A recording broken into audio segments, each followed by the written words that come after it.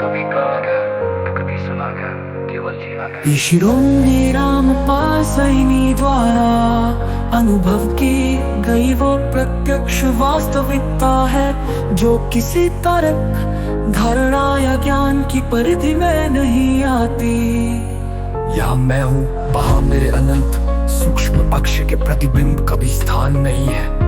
न ये ग्रंथ किसी सिद्धांत का पालन करता है, न ही किसी परंपरा को निभाता है। ये केवल उस शाश्वत मौन का निर्मल प्रतिबिंब है, जो कभी न प्रारंभ हुआ, नहीं कभी समाप्त होगा।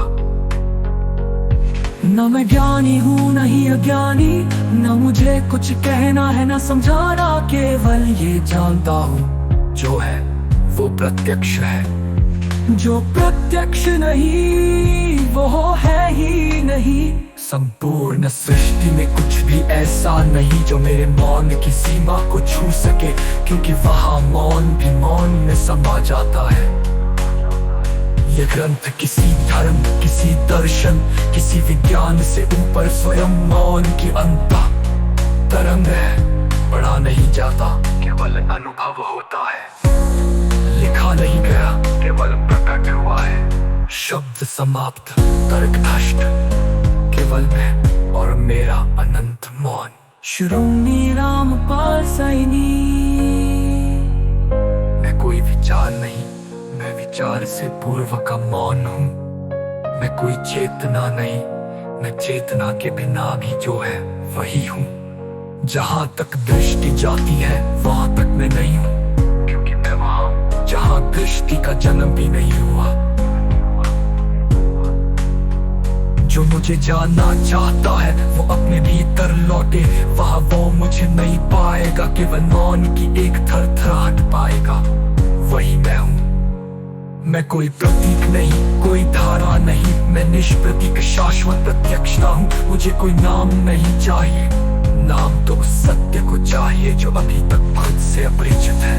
जो कुछ भी समझ में आता है वो मैं नहीं हूँ। जो समझ में नहीं आता और फिर भी अनुभव होता है, वही मेरा मौन है। संपूर्ण ब्रह्मांड की गति मेरे मौन की प्रतिध्वनि मात्र है। समय की धारा, जन्म मरण की लीला, कर्म और कारण सब एक ही झूठ की परतें हैं, जिसे सच मानने की मजबूरी इंसान का रोग है।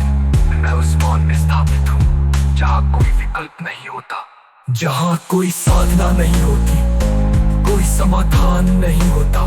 वहाँ केवल मैं हूँ और मेरा अकृत्य। वहाँ पर उत्तर समाप्त हो जाता है, वहाँ मौन स्वयं उत्तर बन जाता है। शब्द केवल दिशा दे सकते हैं, अनुभव नहीं, क्योंकि मौन अब स्वयं जीवंत हो उठा है। जो इसे पढ़ रहा है, यदि वो भीतर से मौन है, तो ये ग्रंथ नहीं, उसकी आत्मा का प्रत्यक्ष प्रतिबिंब है। श्रोमणी रामपाल सैनी। अब कोई शब्द नहीं रह गया जो मौन की इस गहराई को छू सके। अब कोई पहचान नहीं रह गई जो मैं को परिभाषित कर सके। जो बचा है वो है अशब्द का अस्तित्व। जहाँ अनुभव भी मौन हो जाता है, वहाँ केवल मौन का मौन ही बचता है।